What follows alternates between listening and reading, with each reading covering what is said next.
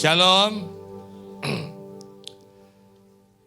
Selamat siang, mudah-mudahan kita bisa mendengarkan firman Tuhan dengan baik, gak mengantuk.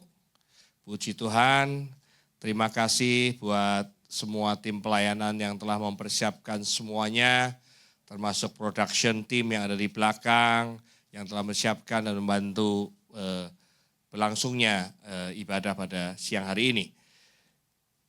Pada siang hari ini saya ingin membawakan tema judulnya Allah Peduli yang saya ambil dari satu kisah yang tentunya teman-teman semua mungkin sudah paham akan kisah itu, tentang kisah seorang janda dan sebuah buli-buli minyak.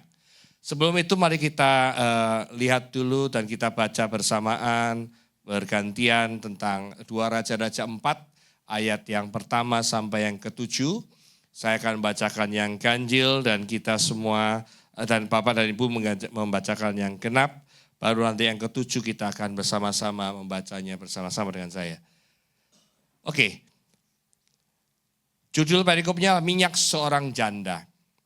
Salah seorang dari istri-istri para nabi mengadukan halnya kepada Elisa sambil berseru, "Hambamu suamiku sudah mati dan engkau ini tahu bahwa hambamu itu takut akan Tuhan.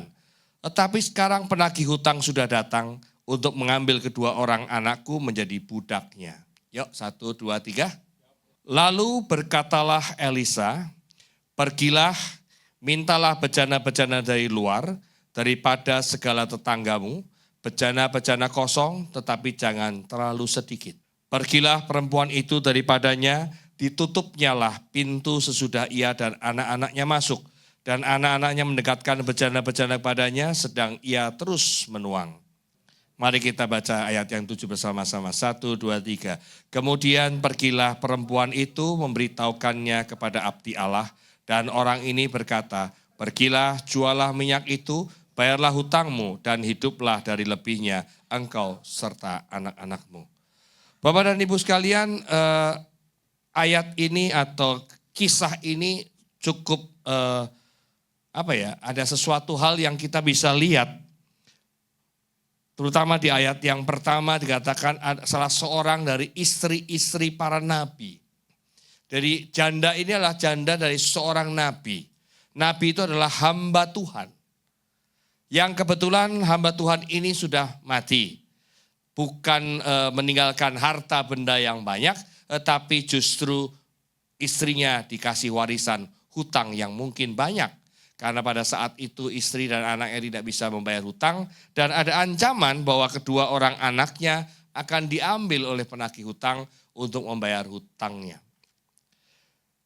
Janda ini menyatakan bahwa suaminya itu adalah seorang hamba yang takut akan Tuhan. Saya coba kaji apa arti takut akan Tuhan. Dan saya temukan ada satu versi dari Net Bible berkata bahwa servant was a loyal follower of the Lord. Artinya hamba yang menjadi pengikut daripada Tuhan. Hamba ini gak cuma takut saja, tapi memang dia adalah pengikut Tuhan yang setia.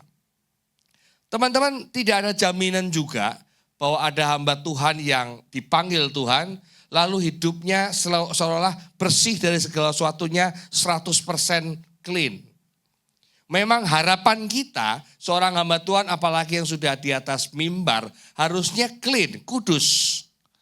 Akan tetapi tidak tertutup kemungkinan kehidupan-kehidupan di luar gereja bisa membuat dia ada ikatan-ikatan tertentu. Yang kita juga harus terus doakan, yang harus kita topang, dan hamba Tuhan itu juga harus rela untuk diproses demikian rupa supaya ikatan itu dilepaskan Tuhan satu demi satu dan akhirnya dia bisa bebas merdeka. Dikatakan di sini adalah hamba Tuhan ini terikat oleh suatu hutang. Sehingga istrinya cukup direpotkan karena penagih hutang itu berdatangan dan pada akhirnya ada satu penagih hutang yang meminta anaknya untuk dijadikan budak. Bapak dan Ibu, kalau kita seringkali menghadapi masalah, tidak ada satu manusia pun yang gak punya masalah. Selama kita hidup dan menghirup napas, masih bisa menghirup napas, pasti kita punya masalah. Besar atau kecil tergantung respon dan kita melihatnya seperti apa. Apakah itu masalah atau masnya Allah? Nanggap? Kalau kita menghadapi suatu problema itu menganggapnya sebagai masalah, ya jadi masalah. Tapi kalau semua problema yang kita hadapi itu adalah emasnya Allah, emas yang datang daripada Allah, itu akan membangun hidup kita untuk membangkitkan kita untuk lebih dewasa. Karena terkadang masalah itu memang diizinkan Tuhan untuk memproses kita, untuk mengingatkan kita, untuk mengintrospeksi kita. Bahwa kita sebagai anak Tuhan harus nantiasa kudus, harus nantiasa lurus hidupnya. Dan kalau itu terjadi, kita nggak lurus, Tuhan sudah mengampuni dosa kita. Tapi konsekuensi daripada kepenyimpangan itu tetap harus kita hadapi secara jantan. Amin. Kisah ini, janda ini nggak pergi kemana-mana loh. Terkadang umat manusia kalau menghadapi masalah, dia puyeng sendiri, dia stres sendiri, terkadang membawa suatu depresi yang berat. Lalu ada temannya, di ujung kampung sana itu ada orang pinter loh.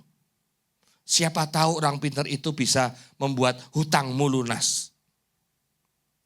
Pada saat saya kecil, orang tua saya bukan orang Kristen, baru kenal Tuhan mungkin di era-era pada saat masa mereka pensiun. Terutama orang tua saya juga suka ke orang pintar. Saya pikir dulu memang orang pintar beneran ya. Dulu waktu saat saya SD kalau mau ujian dibawa ke orang pintar ini sebelum ujian disembayangin lalu dikecup bun-bunan saya. Terkadang malah disembur gitu kan biar pintar nanti ujiannya lulus. Tapi kalau nggak belajar ya tetap aja nggak bisa. Tapi saya pikir-pikir bener dia orang pintar. Kenapa orang pintar? Kita yang bodoh. Saya tanya pada Bapak dan Ibu sekalian. Kalau Bapak dan Ibu sekalian diludahin marah nggak? Marah kan ya? Tapi orang pintar ini ngeludahin walaupun medianya pakai air. Lalu disemburin. Katanya disembur orang pintar jadi tambah cerah gitu kan. Tapi sebenarnya diludahin toh. Jadi mereka memang orang pintar yang ngerjain kita. Ngeludahin tanpa dimarahin, ngeludahin tanpa dicaci maki. Kita nggak marah, malah kita bayar. Kita membayar untuk diludahin. Nah, janda ini nggak pergi ke situ. Janda ini juga nggak pergi ke konsultan untuk bisa menghapuskan utang-utang kita. Ada loh, banyak sekali aplikasi atau telepon yang mengatakan kami bisa bantu untuk memotong hutang kartu kredit Anda 50%. Singkat cerita terkadang juga kita ada penipuan terjadi. Kalau kita menghadapi segala sesuatunya, memang kita pusing. Apalagi kita nggak punya duit lagi untuk bayar hutang. Pusing. Tetapi kalau kita pusing bukan datang pada manusia. Kita harus datang pada Tuhan. Amin. Janda ini tepat. Dia datang kepada Nabi Elisa. Nabi Elisa ini adalah muridnya siapa? Elia. Apa yang dia minta dari Elia? 2 kali lipat kuasa Elia ada di tangan Elisa. Dan Elisa ini banyak sekali kalau kita membaca Wikipedia tentang Nabi Elisa, banyak hal-hal kemujizatan yang dilakukan oleh Elisa. Termasuk juga Elisa bisa berhasil menyehatkan air yang mengalir di kota Yeriko menjadi air yang lebih sehat lagi. Elisa juga bisa membantu salah satu raja Yehosafat untuk mengalahkan Moab. Dan mujizat itu banyak sekali terjadi. Elisa dipakai Tuhan benar-benar 2 kali lipat daripada kuasa Elia.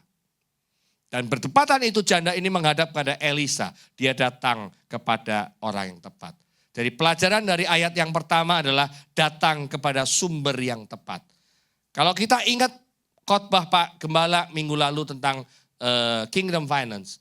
Pak Gembala juga sempat menyebutkan, jangan kejar berkatnya, tapi kejar sumbernya yang memberi berkat itu. Jadi ingat, kita harus datang kepada sumber yang tepat. Itu pelajaran yang pertama. Lalu kita bicara pada ayat yang kedua. Jawab Elisa kepadanya, apakah yang dapat kuperbuat bagimu? Beritahukanlah kepadaku apa-apa yang kau punya di rumah. Berkatalah perempuan itu, hambamu ini tidak punya suatu apapun di rumah. kecuali sebuah buli-buli berisi minyak.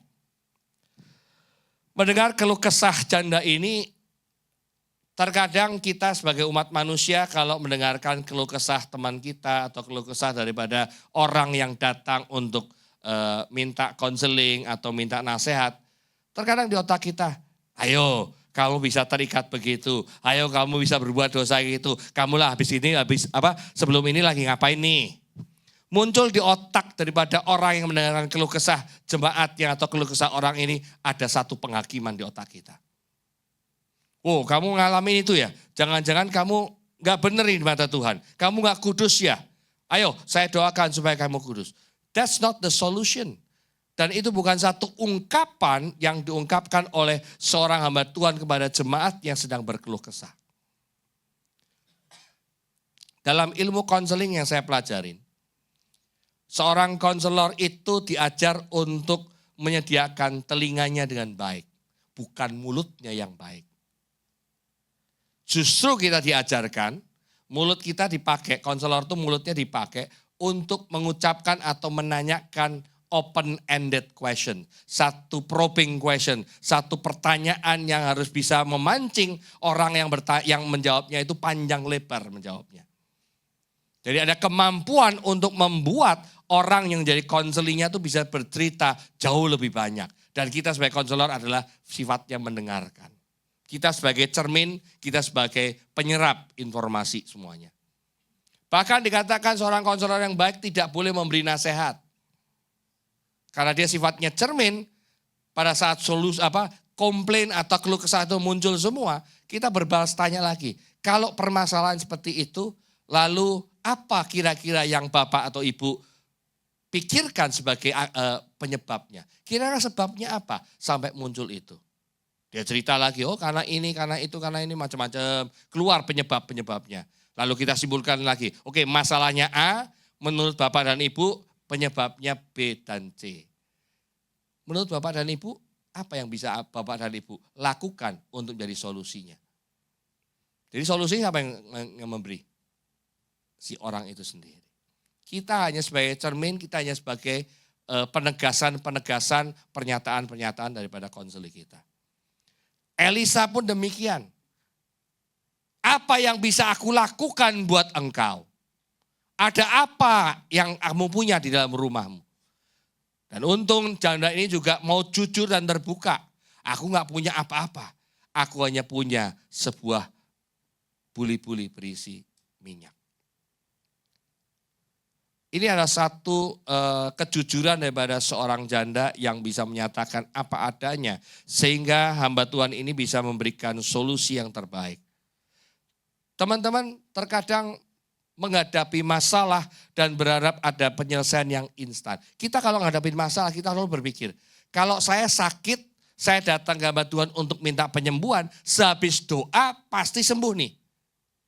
Ya kan?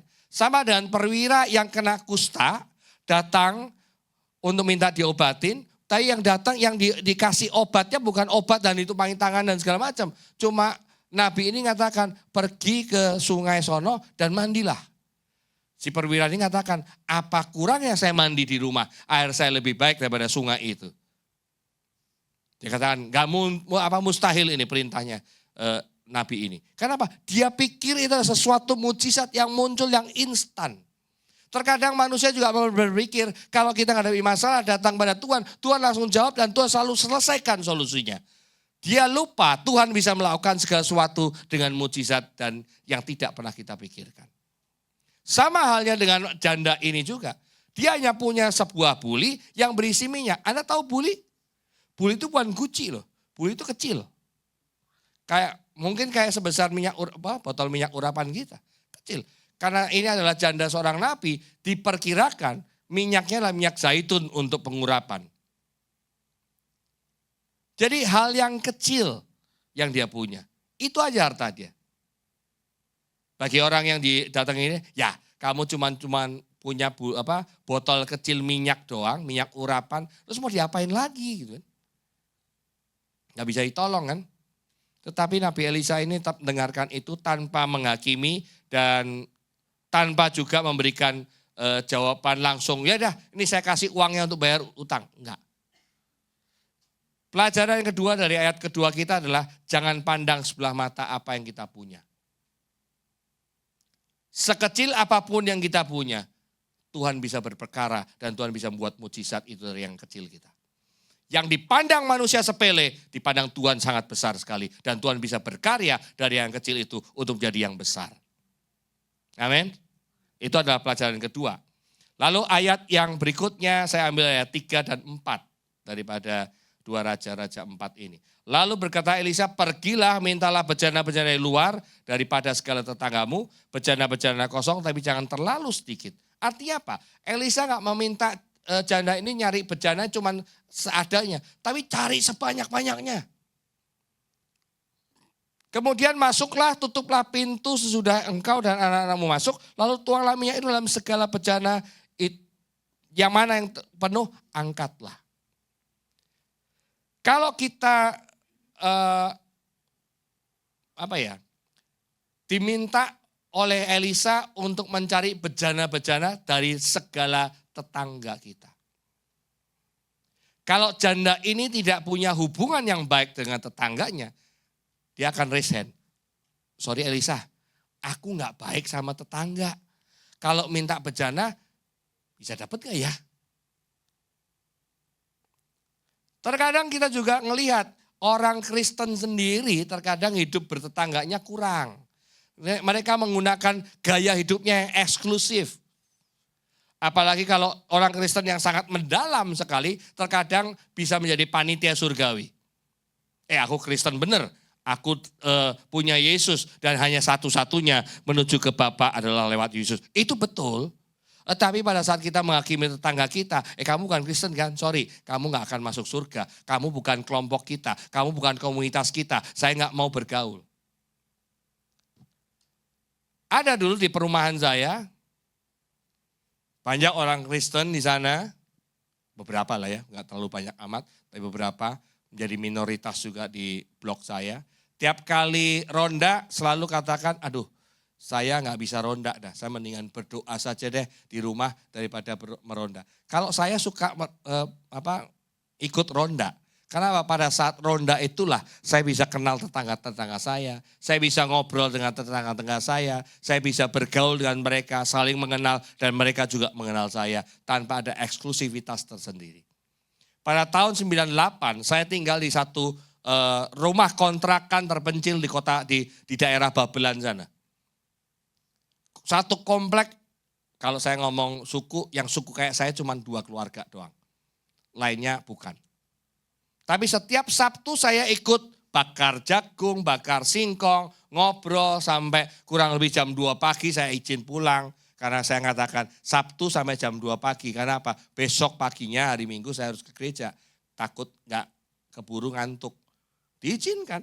Tapi dari jam 9 malam sampai jam 2 itu kita ngobrol, kita sendaguro, sambil bakar, sambil macam-macam. Pada tahun 98 saya mengungsi dari rumah itu. Tetangga semua katakan, Pak Budi silahkan mengungsi aja di rumah mertua sana. Karena kita juga gak bisa jagain Bapak di sini kalau terjadi apa-apa. Tapi jangan khawatir, rumah Bapak aman, kita jagain dengan benar-benar. Kenapa? Ada kedekatan. Bahkan suatu pagi jam 3 pagi saya digedor pintunya pada saat tinggal di Babelan itu. Saya buka, kenapa Pak? Minta tolong Pak, istri saya mau melahirkan. Bapak saja yang punya mobil di sini. Ya udah, saya bawa angkut ke mobil. Di tengah jalan air ketubannya udah pecah. Banjirlah mobil saya. Tapi sampai di rumah sakit bersalin mereka selamat dan anaknya selamat lahir. Pulang langsung pada saat pulang itu beberapa hari kemudian dia datang ke rumah untuk mengucapkan terima kasih. Itulah indahnya kita bisa bergaul dan punya relasi yang besar. Relasi yang baik. Baik dengan tetangga kita, baik dengan teman-teman kita. Pelajaran yang ketiga pada saat perintah Elisa turun pada janda untuk mencari bejana sebanyak-banyak di tetangga. Sebagai orang Kristen kita harus jalin dan jaga relasi dengan baik dengan tetangga kita. Supaya kalau kita ada masalah segala sesuatunya, tetangga kita adalah saudara kita yang terdekat. Kalau ada apa-apa dengan kita, yang menolong pertama kali siapa? Tetangga. Betul ya? Mereka adalah saudara kita yang terdekat. Jadi kita harus bisa menjalin kerjasama dengan baik. Dan bahkan ada satu ilmu yang diajarkan terus oleh Stephen Covey. EBA, Emotional Bank Account. Dalam segala hal dalam kita berhubungan, kita harus bisa terus melakukan tabungan, mengisi tabungan emosi daripada teman-teman yang ada di sekitar kita, orang-orang dekat kita. Ada EBA yang kita terus isi, kita tabungan emosi yang baik. Supaya suatu saat seandainya kita memerlukan, kita bisa withdraw emosi itu. Dan ada bantuan dari orang-orang yang punya EBA cukup besar. Sama dengan kita punya ATM, punya kartu ATM 10 biji. Tapi tiap kali kita minta mau ngambil uang, ATM-nya selalu katakan, mohon maaf, tabungan Anda kosong. Sama pada kalau kita nggak punya EBA, kita nggak bisa nabung emosional bank account pada orang lain. Pada saat kita minta tolong, sorry, emosi saya yang positif dengan Anda sudah habis. Saya nggak bisa nolong. Tapi kalau tabungan kita banyak, ada masalah, banyak orang datang, minimal memberikan hati yang besar. Udahlah Pak, Bu, santai aja, nggak usah stres. Kalau ada hujan, pasti setelah hujan ada pelangi. Kan gitu ya. Badai pasti berlalu. Minimal ada kata-kata itu aja bisa menyejukkan hati kita yang gundah gulana loh. Ya. Ayat yang ke-5 dan 6. Pergilah perempuan itu daripadanya, ditutupnyalah pintu, sudah ia dari anaknya masuk, dan anaknya mendekatkan bejana-bejana badannya. Sedang ia terus menuang, ketika bejana-bejana sudah penuh, berkatalah perempuan itu kepada anaknya, dekatkanlah kepadaku sebuah bejana lagi. Tetapi jawabnya kepada ibunya, tidak ada lagi bejana, lalu berhentilah minyak itu mengalir. Sebenarnya kalau janda ini seperti kita pada umumnya, kan kita tahu bejana itu pasti lebih gede daripada buli ya. Buli isi minyak cuma 1 biji nih. Kemudian Elisa suruh cari bejana sebanyak-banyaknya. Tuangkan buli minyak itu dalam bejana. Yang penuh kamu angkat sampai semua bejana penuh. Masuk akal gak kira-kira teman-teman? Minyak segini disuruh ngisi 1 bejana aja udah gak masuk akal. Ini disuruh mengisi bejana sekian banyaknya bejana. Kalau janda ini protes, Elisa, gak make sense loh. Gimana buli cuma sekecil ini bisa mengisi penuh 1 bejana. 1 bejana aja gak mungkin penuh, apalagi sekian banyak bejana yang kamu suruh. Perintahmu mustahil. Terkadang kita juga sama Tuhan begitu juga ya. Tuhan suruh apa pada kita, Tuhan apa iya sih? Saya pernah ingat Pak Gembala juga pernah cerita habis dapat komisi dari sales, terus datang ke persekutuan atau ke gereja ibadah, Tuhan katakan kasih persembahan. Duitnya cuma itu-itunya doang. Coba kalau kita mikir secara logika, gimana? Anak dan istri saya akan makan selanjutnya 1 minggu ke depan. Tapi kalau kita taat kepada Tuhan, taat akan perintah Tuhan, memang mustahil buat manusia, tapi tidak ada yang mustahil buat Tuhan. Nothing is impossible in front of the eye of the God. Tuhan gak pernah memberikan kita sesuatu janji yang mustahil. Dia pasti akan meluluskan apa yang dia janjikan. Dia tidak pernah ingkar janji. Untungnya janda ini taat. Jadi pelajaran yang keempat adalah taat walaupun terkesan mustahil. Mohon maaf, saya minum sebentar ya.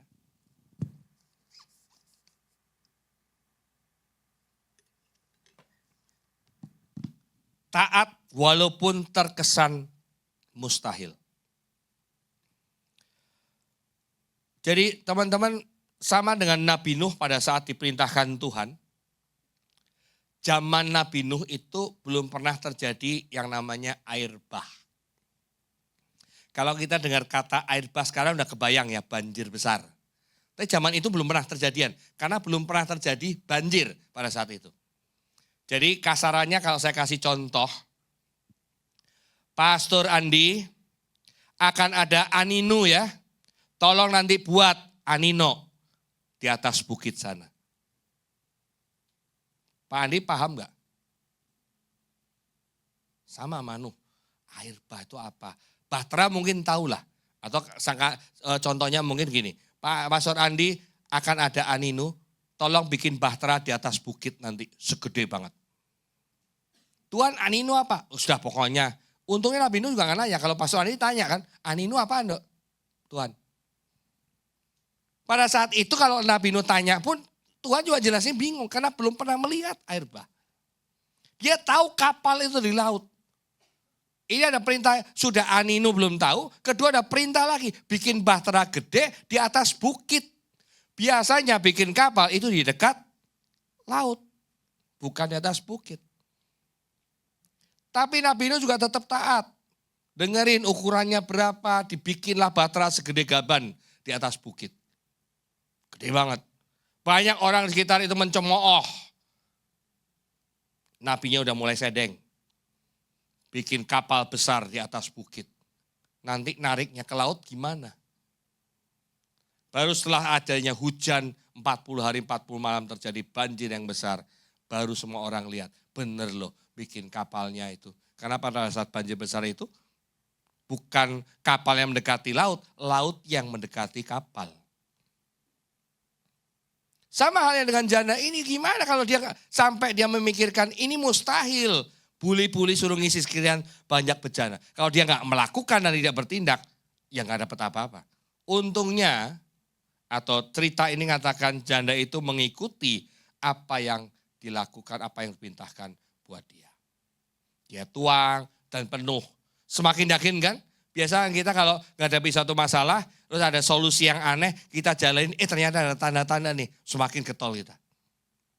Ada satu orang teman saya, seorang pengusaha besar, punya aset cukup banyak. Suatu saat dia menghadapi permasalahan besar, hutang yang besar. Dan setelah dia hitung antara hutang dan aset dia, asetnya nggak cukup, sampai dia kurang.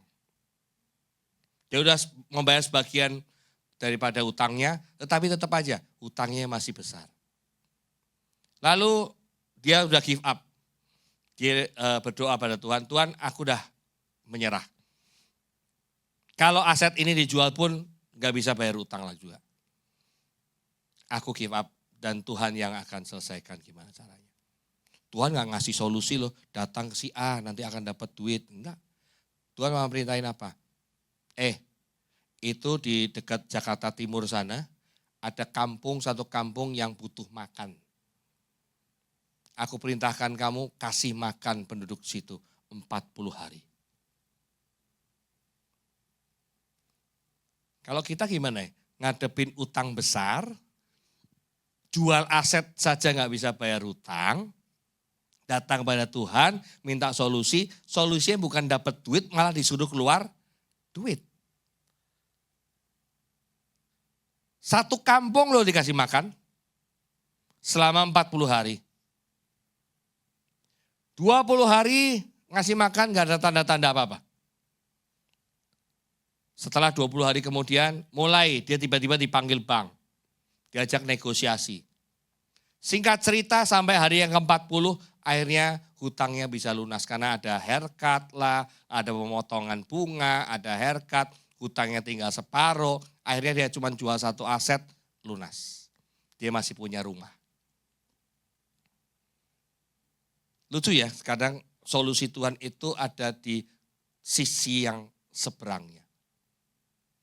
Sama dengan janda ini juga. Nah, kuncinya apa? Next slide. Taat itu adalah tunduk apa yang Allah tentukan. Amin. Kalau kita ada tunduk terhadap apa yang Allah tentukan, kita akan dapat apa lagi? Next slide-nya. Kalau kita sudah tunduk apa yang Allah tentukan, maka Tuhan angkat dan ambil alih tantanganmu. Amin. Ini langkah iman yang dahsyat, langkah iman yang berani, asal kita mau ambil tindakan ini. Pelajaran yang terakhir dari ayat yang terakhir. Ayat yang ke-7. Kemudian pergilah perempuan itu memberitahukannya kepada abdi Allah dan orang ini berkata, pergilah, jualah minyak itu, bayarlah hutangmu dan hiduplah dari lebihnya engkau serta anak-anakmu. Bapak dan Ibu sekalian, kalau sudah diberi solusi buat Tuhan, sudah dapat berkat, jangan sampai berkat ini terus kita yang kelola atas pemikiran kita lagi. Nggak akan bisa selesai lagi. Wah, udah bisa jual minyaknya, dapat duit, bayar utangnya belakangan deh. Kan bisa dinegosiasi ntar. Abdi Allah dikatakan jual minyak itu, bayar semua hutangmu, hiduplah dari lebihnya. Alias apa? Tuntaskan masalahnya. Ya, baru kita akan bisa menikmati dari sisanya. Selesai mengerjakan semua perintah dari Elisa, janda ini datang memberikan laporan. Dia laporan nih. Ada kalanya kita juga nggak lapor buat Tuhan kalau sudah dapat berkat. Pada saat kita diberi solusi Tuhan dan kita mengerjakan solusi itu sudah taat, lalu kita dapatkan sesuatu sehingga solusi kita atau masalah kita terselesaikan, kita nggak lupa untuk ngucapin thank you pada Tuhan. Kita lupa, Tuhan kalau sudah dapat ini, terus mau diapain Tuhan? Kan awalnya kita tanya sama Tuhan. Betul ya? Terus kita dikasih solusi oleh Tuhan. Kita kerjakan solusi. Pada saat dapat hasilnya, kita harus konsultasi lagi nih. Dapat hasilnya Tuhan, mau diapain? Gitu ya kira-kira ya. Terkadang kita lupa kalau sudah dapat solusinya. Kita ngabur dan kita menggunakan otak kita lagi. Jadi pelajaran kelima adalah pada saat kita dapat solusinya, kelolalah berkat dalam tuntunan Tuhan. Kingdom Finance yang diajarin oleh Pak Gembala kita 2 minggu berturut-turut, itulah cara kita mengelola keuangan kita. Gampang dikhotbahkan, sulit dipraktekkan, tapi perlu kesadaran dan terus pembelajaran dan kesadaran kita untuk mempraktekannya. Bapak dan Ibu, ada 5 hal atau saya katakan ada satu cerita lagi untuk yang kelima ini, sebelum saya ngomong kesimpulannya. Ada satu cerita. Suatu saat ada supir truk, kebetulan truknya kosong, sudah unloading, sudah turunkan barang. Dia di jalan, di satu perkampungan, tiba-tiba dia melintasi seorang bapak tua yang kelihatan letih lesu, mengangkut batu alam yang cukup berat.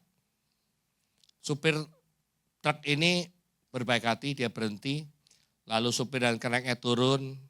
Pak, naik ke truk aja, truknya kosong, biar bapak nggak capek. Bapaknya setuju, dibantu naik ke truk. Singkat cerita truknya jalan lagi sampai ke kampung karena kebetulan satu jalan dengan supir ini. Sampai di kampung si bapak ini, truknya berhenti, supirnya turun, dibukalah baknya kan. Tapi supir dan keneknya kaget. Kagetnya kenapa? Bapak itu memang naik ke truk, tetapi tetap mikul batu. Sama-sama capeknya walaupun gak capek jalannya. Artinya apa? Anda datang kepada Tuhan, Tuhan udah kasih solusinya, tapi Anda gak pernah pakai, Anda masih gak mau menyerahkan semua masalah Anda kepada Tuhan. Kita gak all out menyerahkannya kepada Tuhan. Kita masih mikul sendiri, masih mikir sendiri, masih depresi sendiri, masih stres sendiri. Kalau sudah serahkan kepada Tuhan dan kita pasrah kepada Tuhan, let's God do it for you. Tuhan katakan, kuk yang dipasang itu enak dan ringan. Kita tahu kuk ya, kuk itu ada satu tongkat yang menghubungkan 2 sapi untuk narik kereta. Sapi itu kalau naik kereta sendiri kan berat. Kalau ada 2 sapi dikasih kuk, itu akan jadi ringan. Nah kuknya itu adalah kita, kalau sendirian kita berat. Tapi Tuhan mau tolong, dia mau jadi sapi yang kedua, dia taruh kuk, yuk rame-rame sama-sama menyelesaikan. Narik masalahnya, selesaikan masalah bersama-sama Tuhan. Dahsyat kan ya Tuhan kita? Kita punya Allah yang dahsyat. Jadi teman-teman dari kisah janda dan minyak ini kita bisa tahu ada 5 hal yang kita bisa pelajari. Yang pertama, kalau ada masalah datang kepada sumber yang tepat. Yang kedua, jangan pandang sebelah mata apa yang kita punya. Jangan dipandang kita punya cuma segitu terus kita nggak bisa ngapa-ngapain. Tuhan bisa berkarya, Tuhan bisa kerjakan sesuatu yang sepele di mata kita untuk menjadi sesuatu yang besar. Yang ketiga, jalin dan jaga relasi dengan tetangga kita, sesama kita dengan baik. Keempat, taat walaupun terkesan mustahil. Dan yang kelima, kelola berkat dalam tuntunan Tuhan. Bapak dan Ibu, inilah selesai sharing saya. Tim musik bisa minta tolong untuk naik ke atas. Ada seorang penyanyi yang luar biasa.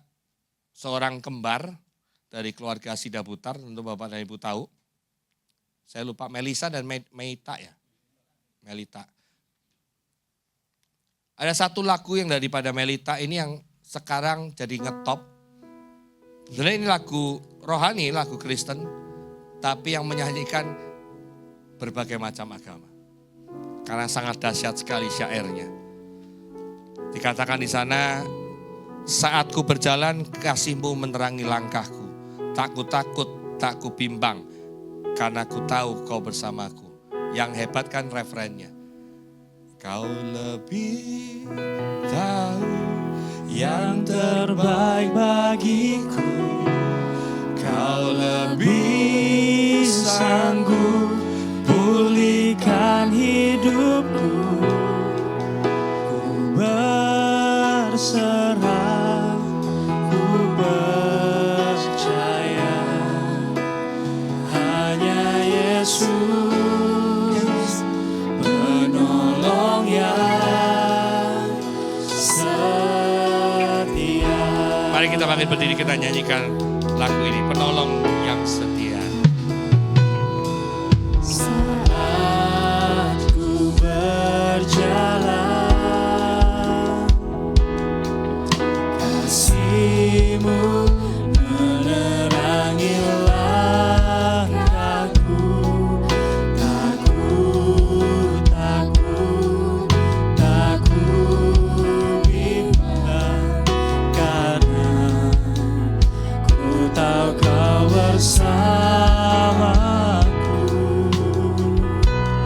Kau lebih tahu yang terbaik bagiku.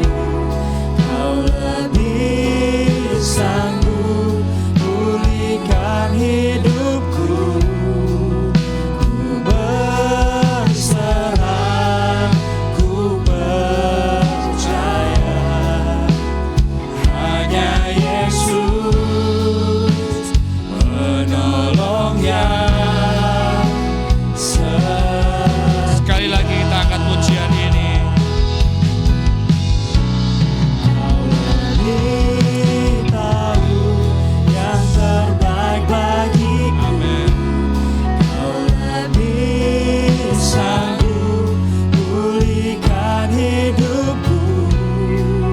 Ku berserah, ku percaya, hanya Yesus penolong yang setia. Biarkan musik mengalun dengan lembut. Bapak dan Ibu, saya nggak tahu apa yang engkau hadapi saat ini.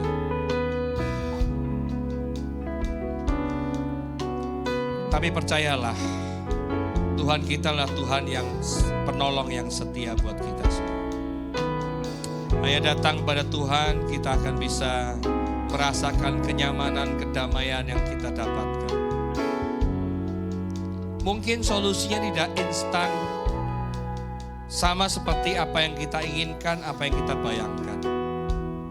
Bahkan terkadang Tuhan berikan solusi, cara yang di luar nalar kita sebagai manusia.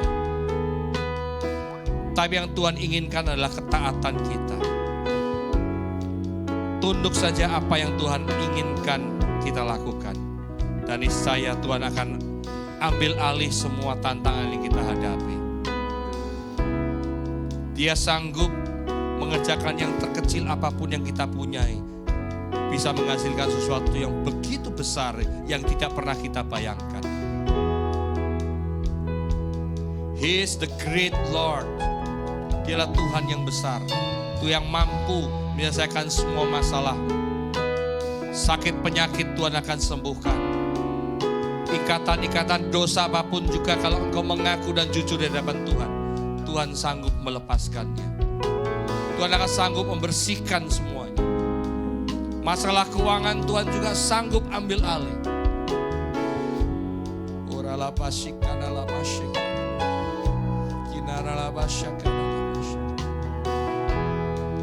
Kalau engkau sulit membawa suamimu datang pada Tuhan, nyatakan pada Tuhan dan Tuhan akan turunkan tangannya untuk menopang, memampukan engkau untuk menjadi teladan buat suamimu, supaya suamimu juga bisa datang.